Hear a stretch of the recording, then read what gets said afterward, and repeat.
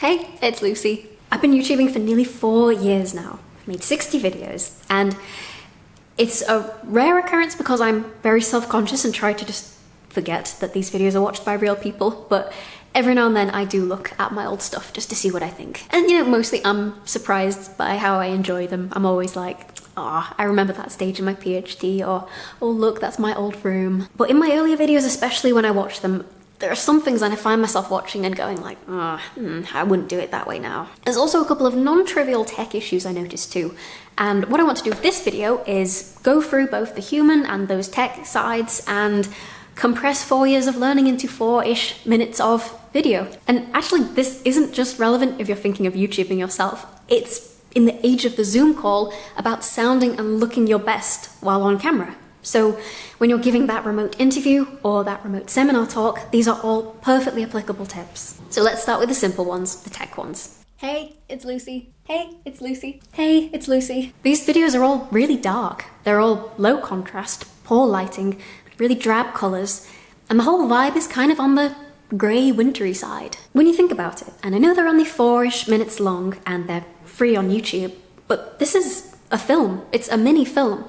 And I am the director, the actor, cinematographer, camera operator, all in one.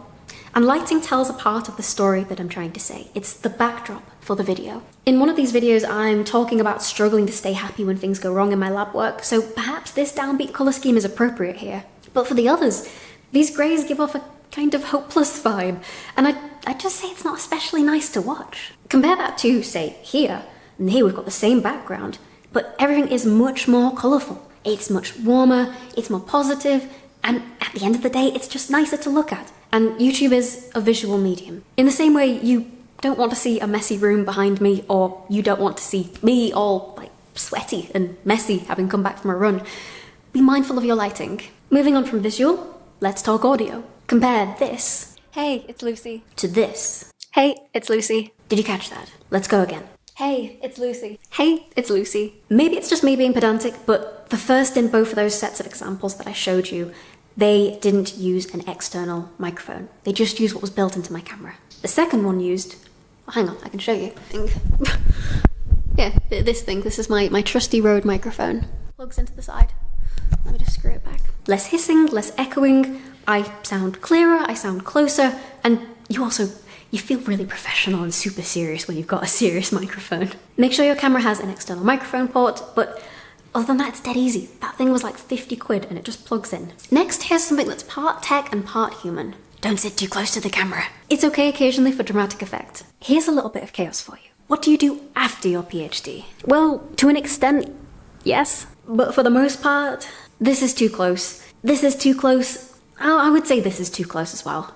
Maybe this is too close, come to think of it, I don't know. This could be personal preference, but I do get comments on this and like it makes me feel uncomfortable. No one wants to see the pores on my face. Feeding on from camera positions, you don't need to sit perfectly still. Now this one's definitely personal preference, but it took me about 10 videos before I realized like, oh, I could move around for dramatic effect. Say go to the side for one viewpoint, or go to the other side for its opposite, or get really close to convey intimacy. Some videos I'll choose to sit still, I guess, just to shake it up by not shaking it up, so.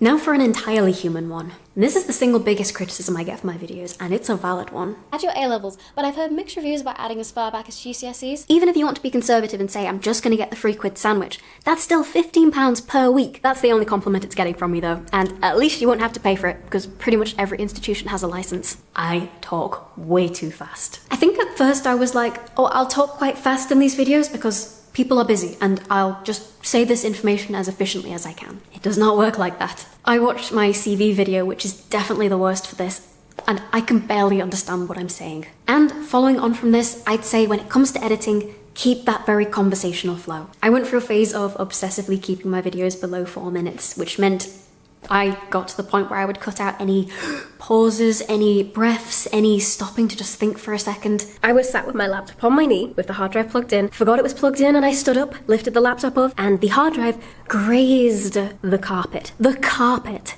This is not what natural speech sounds like. As I said in a later video about conference presenting, it's okay to just pause. Listen to her. Natural, easy, conversational flow, enough time to take it in. Now, what's a mistake I'm still making?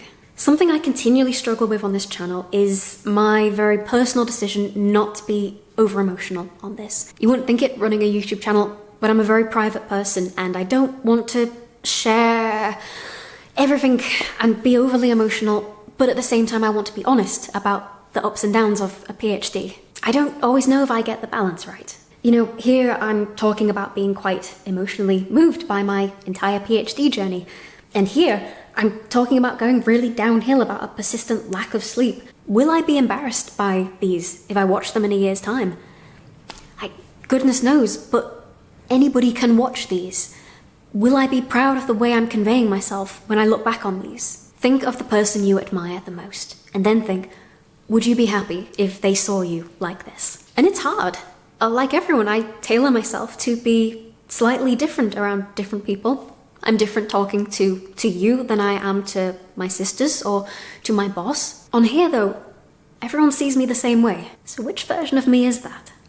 And is that the best version? Make it the best version. So when you're done tweaking your desk lights and you've attached your microphone and you're enunciating your words, you're not talking too fast, and your little breaths and pauses are making the final cut, just check the content. Check what you've actually said and make sure you're happy with it. Any other mistakes you make, you can live with. Thank you for watching. My name is Lucy Kissick. I'm a PhD student at the University of Oxford. I'm a nuclear chemist. I'm also a director, an actor, a cinematographer, a sound editor, a camera operator, and take care.